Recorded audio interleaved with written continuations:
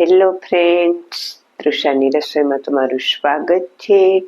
આજે આપણે બનાવીશું રાજગરાના લાડુ। સંક્રાંતિ હવે નજીક આવી રહી છે, તો આપણે હવે સંક્રાંતિની બધી વાનગી બનાવીશું। તો આજે આપણે રાજગરાના લાડુ બનાવીશું, જે આપણે માર્કેટમાં મળે છે ને તેનાથી પણ મસ્ત રાજગરાના લાડુ આપણે ઘરે બનાવીને તૈયાર કરીશું। તો આજની મસ્ત મજાની રેસીપી છે, તો ચાલો જોઈ લઈએ રાજગરાના લાડુની રેસીપી। રાજગરાના લાડુ બનાવવા માટે મેં અહીંયા એક વાટકો એક રાજગરો લીધેલો છે અને રાજગરાને આપણે સારી રીતે સાફ કરી અને પછી જ લેવાનો છે। તો મેં અહીંયા એક વાટકો એક રાજગરો લીધો છે, 200 ગ્રામ રાજગરો છે આ। તો આપણે પહેલા રાજગરાને પેનમાં લઈ અને ફોડી લેવાની છે, તેની ધાણી કરી લેવાની છે રાજગરાની। ગેસ ચાલુ કરી અને મેં પેન મૂકી દીધેલું છે। પેનને આપણે પહેલા ગરમ કરી લેવાનું છે। પેન ગરમ થઈ જાય પછી આપણે આમાં એકારે બધો રાજગરો નથી ઉમેરવાનો, એક એક ચમચી જેટલો રાજગરો ઉમેરતા જાવું અને તેને શેકી લેશું। ગેસ આપણે મીડિયમ રાખવાનો છે, મીડિયમ ગેસ ઉપર એને શેકવાની, રીતે ફટાફટ શેકાવા માંડશે ને ધાણી આપણી ફૂટવા માંડશે રાજગરો।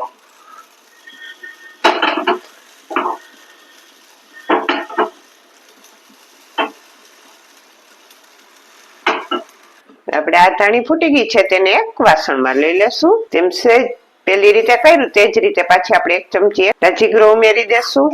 તમે કપડાના મદદથી પણ શેકી શકો, કોટનનું કપડું ઉપર રાખી અને પછી ઉપર ફેરવો તો તે રીતે પણ તમે શેકી શકો રાજગરાને। આ પણ શેકાઈ ગઈ, એને પણ હું બહાર કાઢી લઈશ। સેમ તે જ રીતે પાછી આપણે એક ચમચી એક રાજગરો ઉમેરીશું અને ફટાફટ ફૂટી પણ જાય। એકવાર પેન તપી જાય ને એટલે ફટાફટ ફૂટી જશે।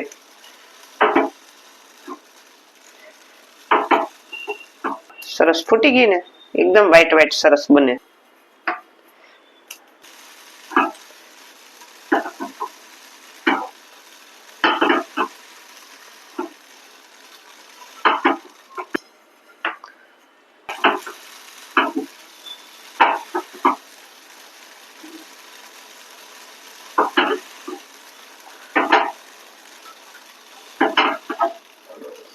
ત્યારે ધાણી ફોરીએ ત્યારે એક જ ચમચી આપણે રાજગરો આમાં ઉમેરવાનો, જાજો ના ઉમેરતા, નહીતર બધી એકારે ફૂટશે નહીં ધાણી અને બધી નીચેથી બળી જશે। એટલે થોડી થોડી ઉમેરી એક એક ચમચી અને એક એક ચમચી આપણે શેકતું જવાનું। ને ગેસ સાવ ધીમો પણ નહીં રાખવાનો, મીડિયમ ગેસ રાખવાનો। ધીમો રાખશો ને તો રાજગરો બળી જશે અને ધાણી ફૂટશે નહીં એની, અને ધાણી કાળી કાળી થઈ જશે, બળી જશે, એટલે ઓટલી વ્હાઈટ વ્હાઈટ નહીં રહે। હવે આ રીતે બધા રાજગરો શેકીને તૈયાર કરી લઈશ।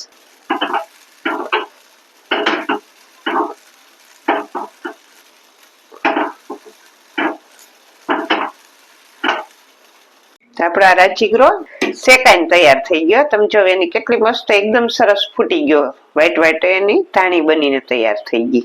આ રીતના આપણે હવાલો લેવાનો છે અને જે આપણે આને ચાળી લેવાનું છે, જે દાણો ફૂટ્યો નહીં હોય ને તે બધો નીકળી જશે આમાં। એટલે એકવાર આપણે બધી ધાણીને ચાળી નાખવાની, જે દાણો રહી ગયો હશે ને ફૂટવામાં ધાણીમાં તે બધો આ ચાળીને નીકળી જશે।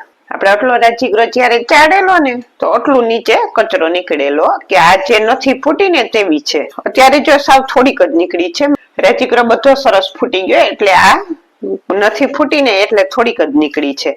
જો તમારી રીતે ક્યારેક રાજગરો વ્યવસ્થિત ના ફૂટ્યો હોય અને આ જાજુ નીકળે ને તો પછી તમે આને પીસી અને આપણે રાજગરાનો શીરો બનાવતા હોઈએ, રાજગરાની બરફી બનાવતા હોઈએ, ગમે તે વસ્તુમાં તેનો ઉપયોગ કરી શકો।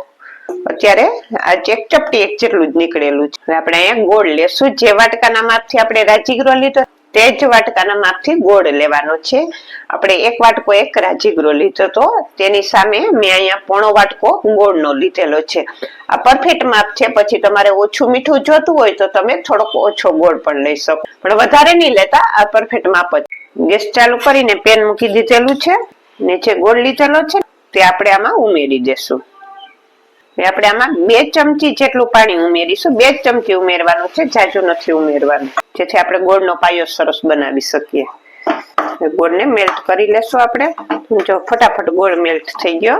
આપણે આજે ગોળમાંથી બનાવીએ છીએ રાજગરાના લાડુ। આપણે બજારમાંથી તૈયાર લઈએ ને તે ખાંડના હોય, તો અત્યારે શિયાળામાં ખાંડના ખાવા એના કરતા ગોળના ઘરે બનાવી અને હેલ્ધી ખાવા બહુ સારા। ગોળના બહુ સરસ બનીને તૈયાર થાય અને સેહત માટે પણ અત્યારે શિયાળામાં ગોળ ખાવો સારો। અને રાજગરો તમને ગમે ત્યાં ગમે તે કરિયાણાની દુકાનેથી ઈઝીલી મળી જ રહીએ। તો રાજીગરો પણ તમને મળી જ જાય, બધી દુકાનો એ કરિયાણાની બધી દુકાનો એ રાજીગરો લગભગ હોય જ.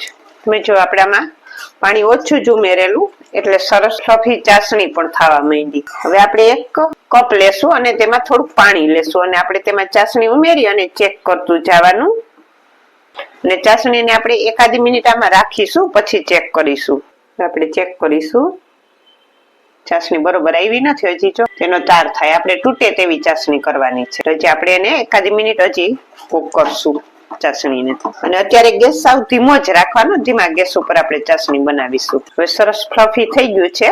હવે હું પાછું સેચા પાણીના બાઉલમાં નાખી અને ચેક કરી લઈશ.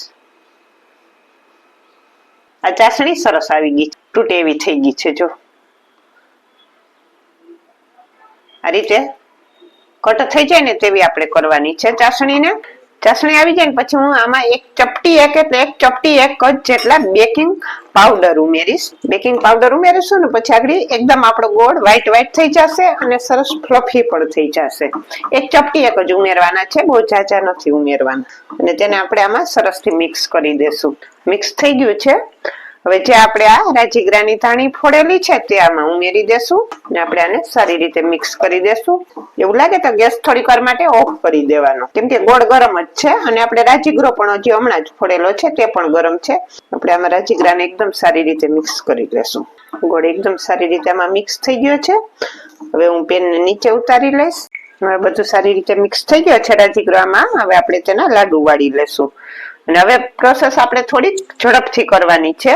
હવે હું અહીંયા પાણીવાળો હાથ કરી લઈ, આમાંથી લાડુ વાળીને તૈયાર કરી લઈશ. લાડુ નાના મોટા તમને જેવા પસંદ હોય ને તેવા તમે કરી શકો. આપણે અત્યારે મીડિયમ કરીશું. આ રીતે બનાવી અને આપણે એક પ્લેટમાં મૂકતા જશું એને.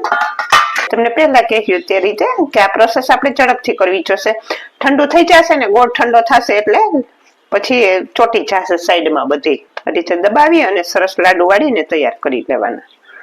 મસ્ત મજાના રાજીગરાના લાડુ બનીને તૈયાર થઈ ગયા છે અને હું સર્વ કરીશ.